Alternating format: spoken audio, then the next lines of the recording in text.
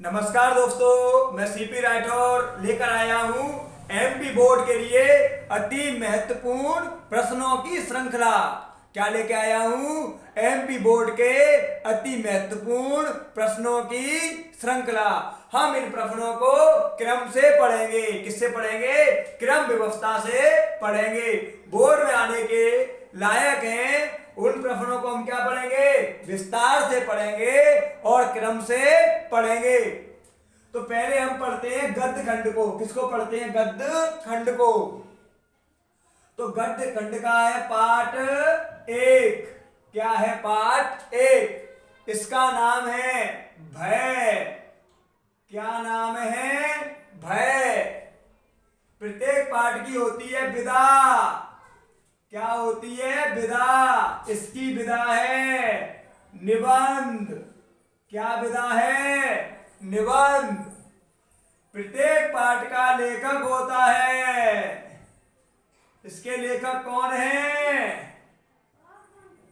आचार्य रामचंद्र शुक्ल। कौन है लेखक? आचार्य रामचंद्र शुक्ल। इनका जन्म कहाँ हुआ था? उत्तर प्रदेश के बस्ती जिले में हुआ था। इनकी हमें क्या पढ़नी है? रचनाएं। इनकी एक रचना कौन सी है दोस्तों? हिंदी साहित्य का इतिहास। रचना क्या है? हिंदी साहित्य का इतिहास। और दूसरी रचना कौन सी है इनकी? चिंतामणि। चिंतामणि क्या है? आचार्य रामचंद्र शुक्ल का निबंध संग्रह है।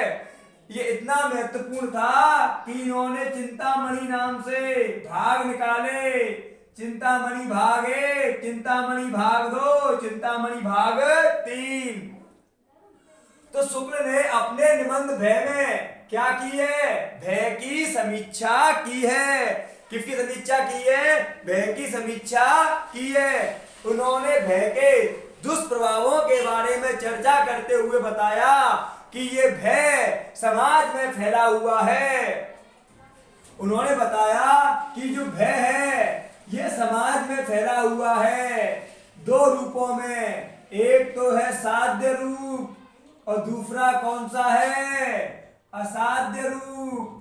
दूसरा कौन सा है? असाध्य रूप। साध्य क्या है? वह भय जो कुछ समय बाद मन से निकल जाता है उसे कहते हैं साध्य।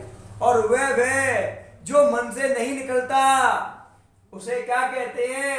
असाध्य। क्या कहते हैं? असाध्य। अब जोड़ी आ जाए तो साध्य का विलोम क्या होगा? असाध्य। क्या होगा? असाध्य। उन्होंने बताया कि भय भय क्या है? तो भय एक मनोविकार है। क्या है? मनोविकार। इसका प्रभाव हृदय पर बहुत तीव्र गति से पड़ता है। और भय का संचार जब धीमा धीमा हो तो उसे क्या कहते हैं? आशंका। क्या कहते हैं? आशंका। अब ये आशंका क्या है? तो दोस्तों, जब भविष्य में घटने वाली घटना का कोई निश्चय नहीं होता, उसकी संभावना मात्र के अनुमान से जो आवेग शून्य भय होता है उसे क्या कहते हैं? आशंका कहते हैं। क्या कहते हैं? आशंका कहते हैं। शुक्ल ने बताया कि भय समाज में हर जगह देखने को मिलता है। एक भय है अर्थहानि। क्या है? अर्थहानि। अर्थहानि के भय से व्यापारी व्यवसाय में हाथ नहीं डालते। क्या नहीं डालते? हाथ नहीं डालते। उन्होंने बताया कि ये भय मनुष्य के स्वभाव का एक अंग बन जाए तो ये क्या कर देता है? व्यक्ति को भ्रूता या कायरता की संज्ञा प्राप्त करा देता है। अब प्रश्न आ जाए, भय कायरता या भ्रूता की संज्ञा कब प्राप्त करता है? तो जब वह स्वभावगत हो जाता है तब कायरता या भ्रूता की संज्ञा प्राप्त करता है। उन्होंने बताया जंगली जातियों के बारे में बहुत अच्छा लिखा। उन्होंने कहा जंगली जाति के लोगों में शिक्षा का अभाव होता है। वह क्या होते हैं? रूढ़ी शिक्षा से बंधे हुए होते हैं, जिसमें उनके माँ बाप उन्हें बताते हैं कि किसी प्रकार की विपत्ति या दुख का समाधान किसके पास होता है? देवी देवताओं के पास होता है। वे जिससे डरते हैं उसे ही श्रेष्ठ मानकर पूजते हैं। सर्वाधिक भय यानी जंगली जातियों में अधिक भय पाया जाता है। आचार्य रामचंद्र शुक्ल ने बताया कि जो भय है यह एक प्रकार का मनोविकार है। अब एक प्रश्न आता है दोस्तों, पूरी चर्चा भय की हुई है। उन्होंने बताया कि आज भय की सभ्यता में विकास हुआ है। क्या विकास हुआ है? पहले भूत प्रीतों का भय था, उसके बाद जंगली जातियों व जंगली जीवों का भय था, लेकिन आज ना तो भूत प्रीतों का भय, ना जंगली पशुओं का भय, लेकिन एक जाति को दूसरी जाति से, एक देश को दूसरे देश से भय आज भी है। उन्होंने बताया कि भय के निवारण के लिए दो बातें हो सकती हैं। पहली बात तो यह है कि हमारे द्वारा या हम अपने बच्चों को हृदय बल, ज्ञान बल की शिक्षा दें और उन्हें बताएं कि तुम्हारे द्वारा दूसरों को कष्ट नहीं पहुंचना चाहिए, और उन्हें बताना चाहिए कि जो तुमसे बलवान है वह अपनी शक्ति का प्रयोग तुम्हें डराने में ना करें। अर्थात तुम किसी को नहीं डराओगे और तुम्हें कोई नहीं डराएगा। ऐसे संसार से क्या हो जाएगा? भय मुक्त हो जाएगा। तो पूरी चर्चा हुई है किसकी? भय की। इस पाठ से आने वाले ऑब्जेक्टिव आपसे पूछ रहा हूं, एक के बाद एक उत्तर देना है आपको कमेंट्स में। पहला उत्तर है भय क्या है? तो भय एक निबंध है। भय एक निबंध है। दूसरा प्रश्न आएगा किसके समय को निबंधों का स्वर्णकाल कहते हैं? आचार्य रामचंद्र शुक्ल के समय को निबंधों का स्वर्णकाल कहते हैं।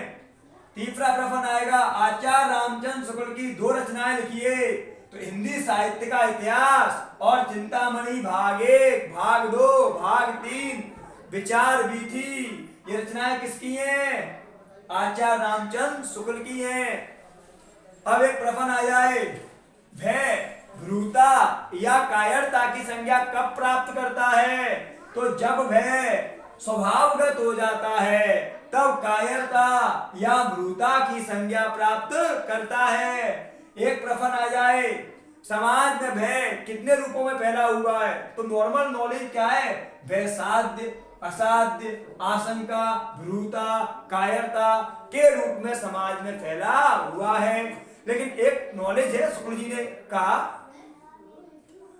तो समाज में भय कितने रूप में फैला हुआ है? तो आचार्य रामचंद्र शुक्ल ने समाज में फैले हुए भय की चर्चा करते हुए बताया कि समाज में भय साध्य और असाध्य रूप में फैला हुआ है।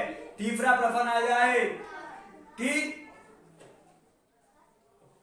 किस प्रकार के भय का निवारण नहीं होता? असाध्य भय का निवारण नहीं होता। चौथा प्रश्न आ जाए, आशंका किसे कहते हैं? बहुत बढ़िया है, 2 नंबर का लिखा मिलेगा इस साल।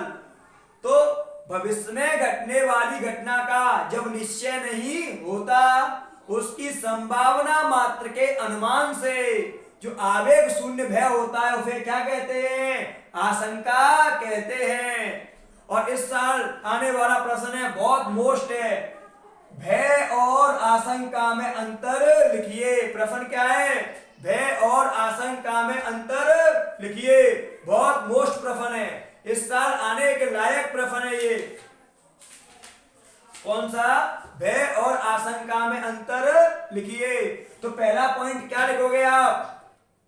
भय में आने वाली विपत्ति का पूर्ण निश्चय होता है। ऑप्शन में आ जाए कि आने वाली विपत्ति का पूर्ण निश्चय किसमें होता है? भय में।